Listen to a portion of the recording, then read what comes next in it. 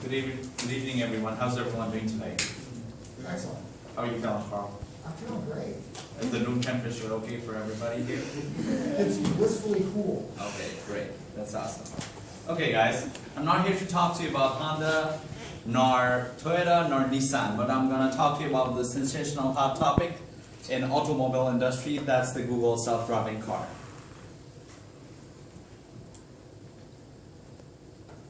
You imagine you were 80 years old, you were living far away from town, you just had your partner with you, and like your 90% of visibility was gone. I mean, you were visually impaired, almost visually impaired.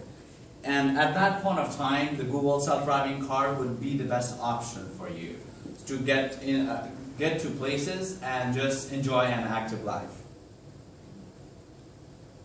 So today I chose this topic because I just wanted to let you guys know about the advancement of technology in automobile industry. So you should listen to this topic today because it might be one of your needs in the near future where you can be using this vehicle. I would really appreciate that if you just let me some good let me get a good question at the end of my speech today. So today I'm gonna talk to you about basically the advantages and disadvantages of Google self-driving car. You can see this picture right here.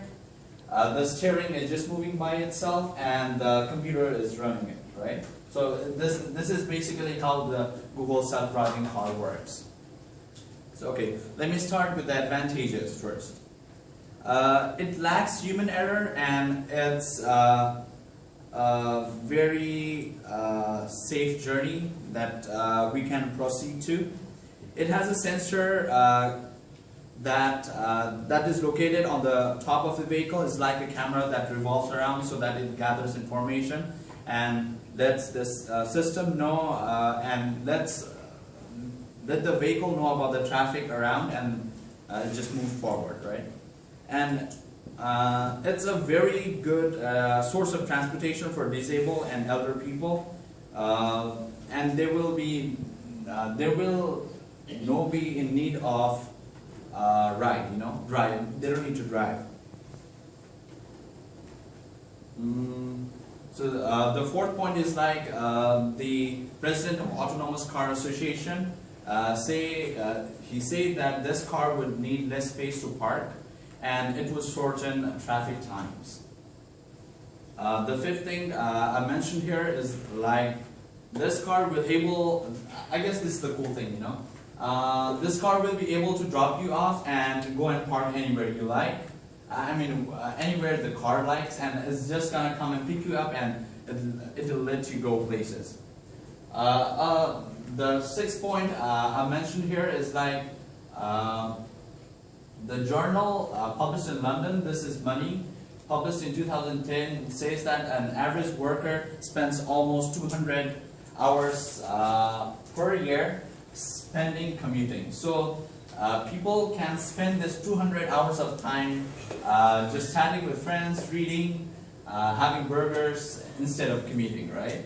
So they can just enjoy their time. So the last point and the most effective point is like the vehicle which is going to be run by a computer is going to be more efficient than it's run by people. I mean a person. So some of is actually everything has a pros and cons. So the disadvantages of Google self-driving car are this car is likely to be very expensive. The initial cost of this vehicle with device and the software installed on it is going to be more than $75,000. So it's a huge amount. And this car is going to result to unemployment, because if this car comes and run, it's been said that more than 175,000 taxi drivers in USA will be unemployed. And it's a great risk if it comes in service. And the other thing is like it needs to be cheap as well. So the director of Google self-driving car, Chris Emerson says the LiDAR technology cannot spot police officers signaling the car to stop. So it's kind of, if the car keeps running, you get a ticket, right? It's a bad thing too. So it's totally reliable on software. So what if the software gets slow or it's hang up, and what if it gets crashed, and who's going to be responsible for that? It's a big question, and it's yet to be answered. So,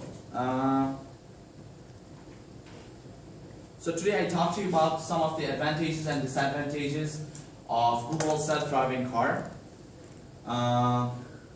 This is going to be an important piece of information for people, because it's going to help elderly people and disabled people to go around and just enjoy an active life. The point you can remember from my speech is like, you might be needing in near future, you might be you might be disabled, or you might be old and you might be needing this vehicle in the near future. So before I leave today, I just want to leave with a closing thought. This is a fact that was released few days back. California has been the 4th state in the United States to legalize self-driving car in public roads. The DMV of California has issued 29 certificates to people who have self-driving car. I hope you have got quite a bit of information about Google self-driving car. Thank you for your attention. I would love to hear some questions, please. Google self-driving car. And Skylar and